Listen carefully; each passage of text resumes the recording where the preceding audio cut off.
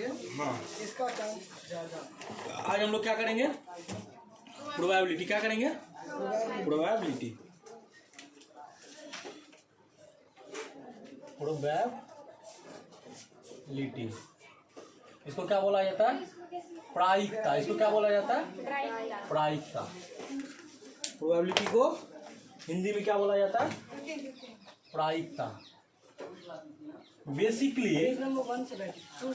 इस क्लास को करने से पहले, क्योंकि आपका जो प्रोबेबिलिटी का जो चैप्टर दिया हुआ है जस्ट एक इंट्रोडक्शन है। क्या है? इंट्रोडक्शन है।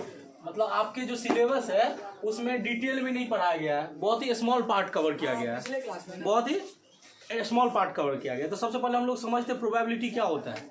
हमारे जो डेली यूजफुल लाइफ होता है उसमें भी इसका इस्तेमाल होता है, इसका इस्तेमाल होता है। जैसे कि मतलब क्या है कि भविष्य में होने वाला कोई भी घटना, भविष्य में होने वाला कोई भी घटना जिसके बारे में हमें पता नहीं रहता है, हमको एक अंदाजा लगाना पड़ता है कि क्या संभावना है।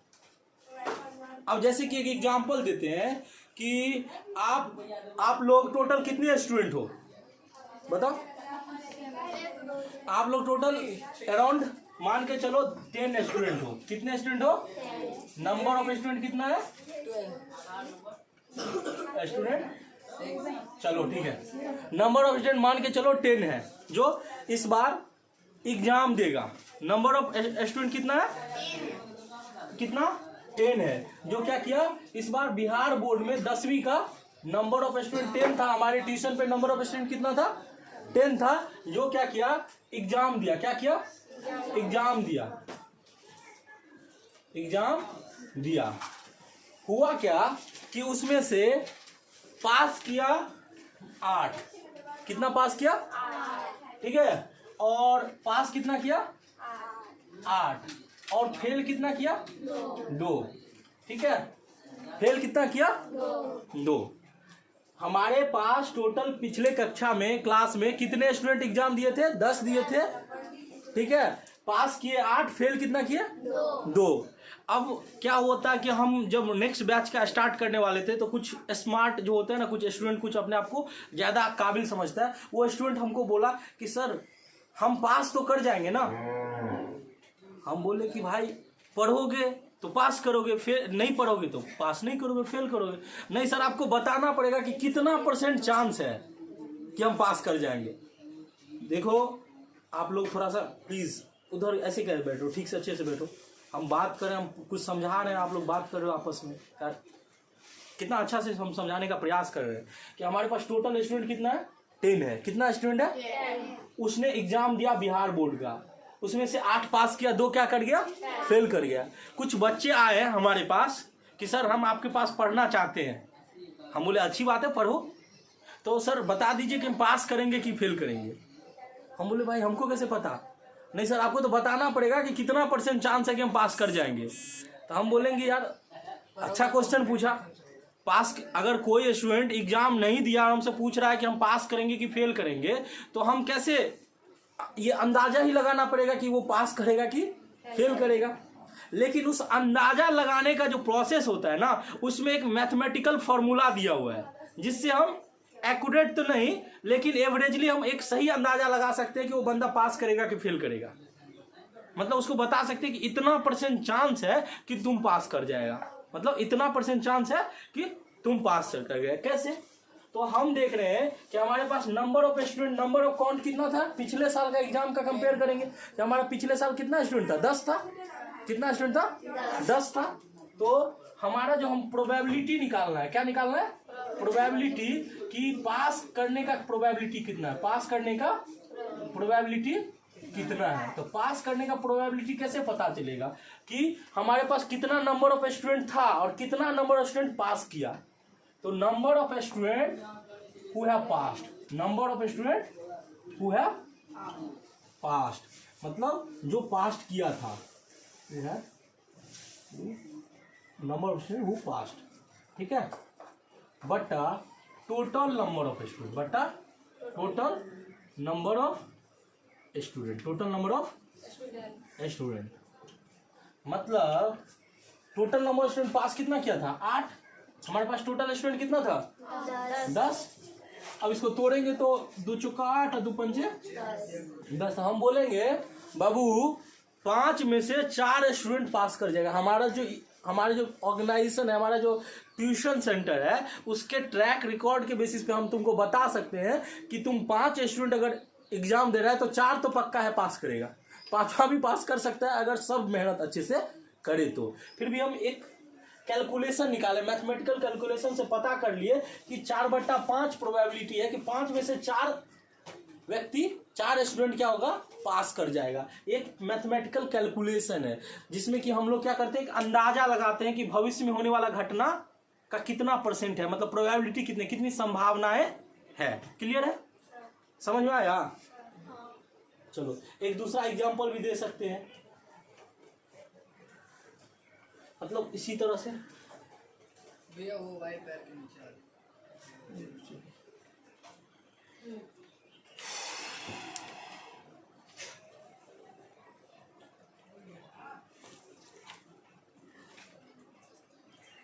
चलो तो अब हम लोग थोड़ा सा समझते हैं, उसके बाद हम लोग स्टार्ट करेंगे, ठीक है?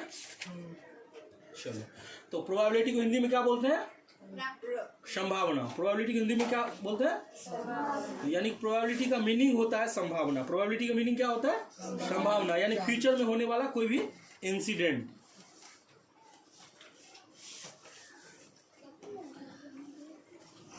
अब हम लोग लिख लेते हैं, ठीक है?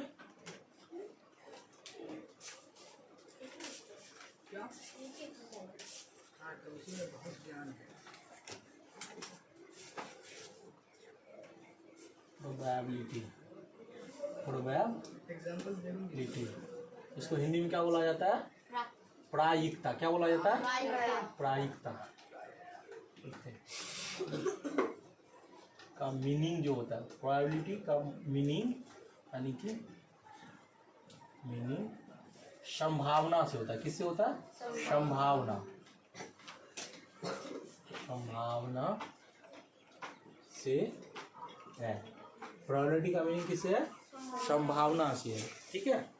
यानी फ्यूचर में होने वाला कोई भी इंसिडेंट।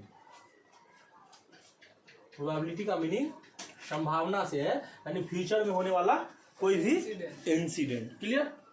अब इसको अगर कोई संभावना है तो वो तो बोल सकते हैं कि वो फ्यूचर से जुड़ा हुआ है। संभावना किससे जुड़ा है?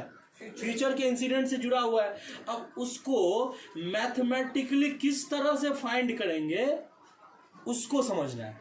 हम लोग के चैप्टर में एक फॉर्मूला दिया हुआ है जिसके बेसिस पे हम लोग मैथमेटिकली इस संभावना के बारे में पता लगा सकते हैं कि कितना चांस है।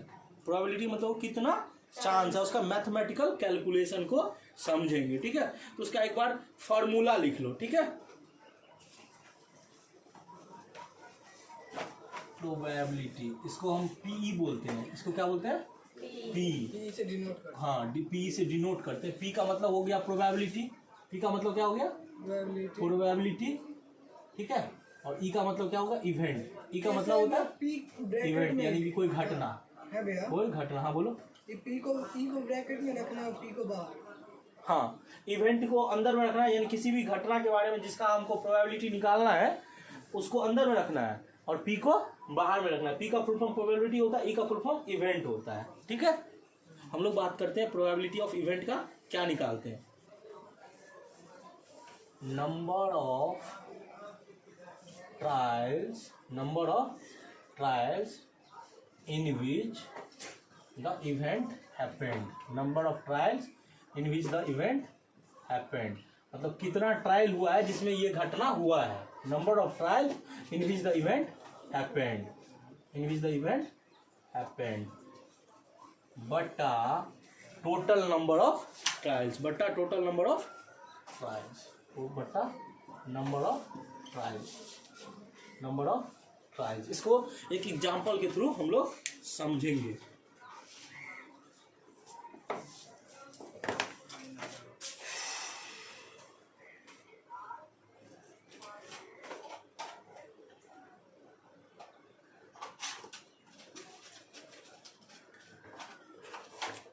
एग्जाम्पल को समझते हैं। देखो, 1 रुपया एक रुपीज, इसको रुपीज का सिंबल बोलते हैं, यानी 1 रुपया बोल सकते हैं। 1 रुपया का सिक्का, 1 रुपया का सिक्का, सिक्का समझते हो ना, कॉइन्स, क्या बोला जाता है, कॉइन्स। 1 रुपया का सिक्का 10 बार हवा में उछाला गया। कितना बार हवा में उछाला गया? 10 बार हवा में उछाला गया। 10 बार हवा में उछाला गया, ठीक है। 10 बार हवा में उछाला गया, ठीक है। अब जब उछाले तो 3 बार क्या आया? हेड आया, और 7 बार क्या आया? टेल आया। उछाला गया, उछाला गया तो 3 बार क्या आया? 3 बार हेड आया, 3 बार हेड आया। हेड समझते हो ना, तुम लोग टॉस करते होगे तो हेड टेल बोलते हो ना। 3 बार हेड आया और 7 बार टेल आया, टेल आया, ठीक है। 1 रुपया का सिक्का 10 बार हवा में उछाला गया तो 3 बार हेड आया और 7 बार टेल आया, ठीक है। अब तुमसे क्वेश्चन अगर पूछे कि कोई पूछता है हेड आने की प्रोबेबिलिटी क्या है, क्वेश्चन क्या है? हेड आने की प्रोबेबिलिटी क्या है? हेड आने की प्रोबेबिलिटी क्या है? हेड आने की प्रोबेबिलिटी क्या है, ठीक है। ये क्वेश्चन है।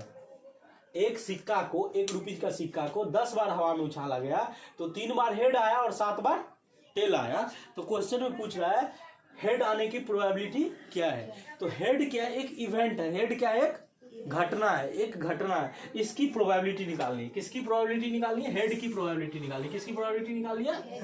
हेड की प्रोबेबिलिटी निकालनी है। किसकी? हेड की। जो हेड आने की प्रोबेबिलिटी कितना है, क्लियर।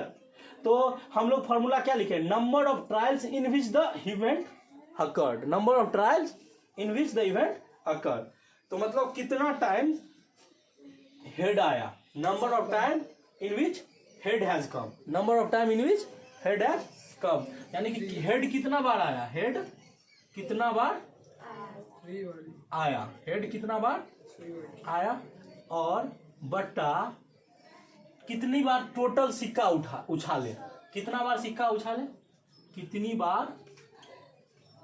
बार सिक्का उछाले।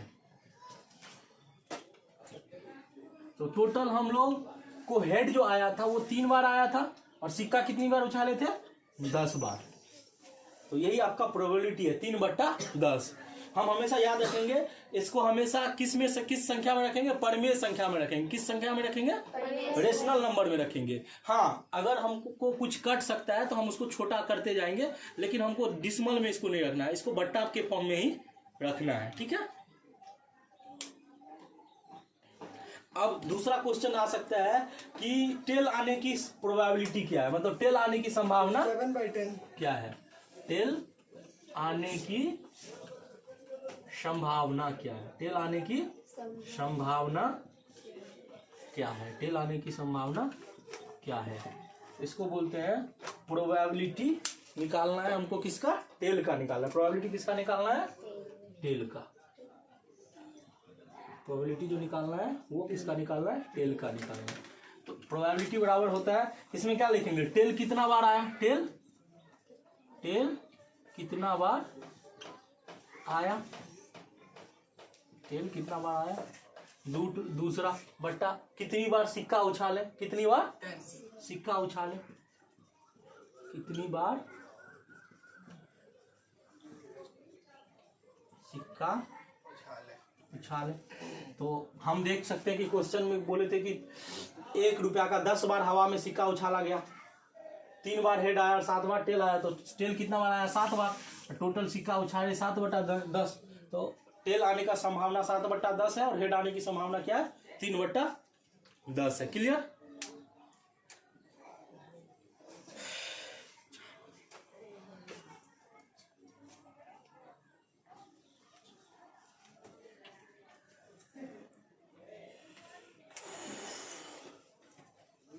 Do fast, speak, write fast.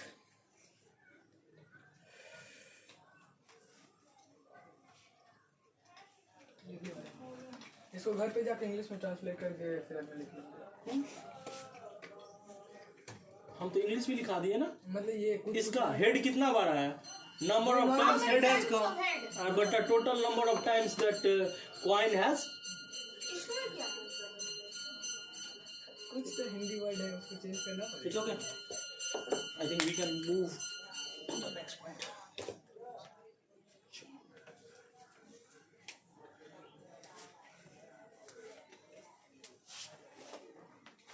लिख लिया?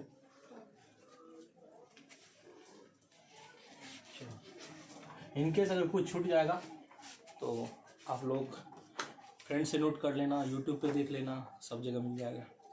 ठीक है, चलो तो हम लोग एक एग्जांपल, दूसरा एग्जांपल देते हैं। एक एग्जांपल 2 की बात करते हैं। ठीक है, एक एग्जांपल तो समझ गए, सिक्का वाला कि 10 बार उछाला गया, 3 बार हेड आया, 7 बार टेल आया, तो कैसे निकालेंगे, कितना हेड आने का संभावना, कितना टेल आने की संभावना। एक दूसरा अल्टरनेटिव एग्जांपल देते हैं जिससे कि आपका सारा क्वेश्चन हो जाएगा।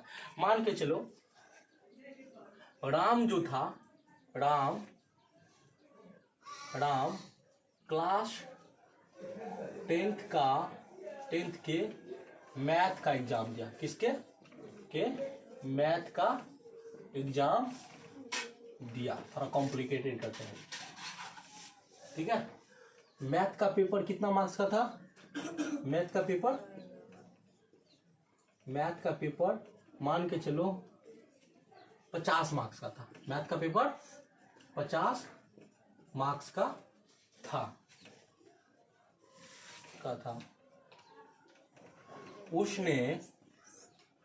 उसने क्या किया? 26 मार्क्स का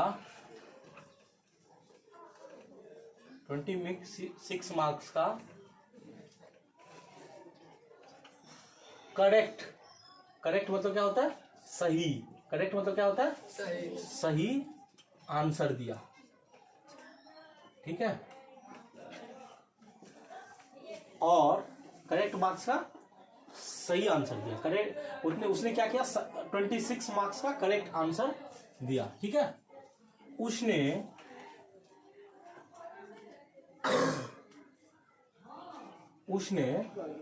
26 मार्क्स का करेक्ट आंसर दिया। ठीक है, अब हमको क्वेश्चन पूछ रहा है, ध्यान से देखो, थोड़ा सा बोल रहे हैं, प्रोबेबिलिटी पूछ रहा है। हमको पूछ रहा है कि करेक्ट मार्क्स की प्रोबेबिलिटी क्या है? करेक्ट मार्क्स की प्रोबेबिलिटी क्या है? करेक्ट मार्क्स की प्रोबेबिलिटी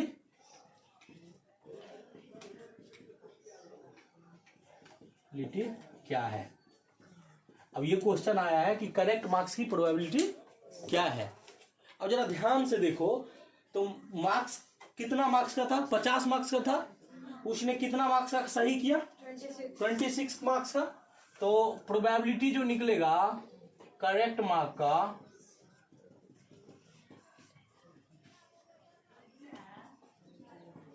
वो कितना हो जाएगा?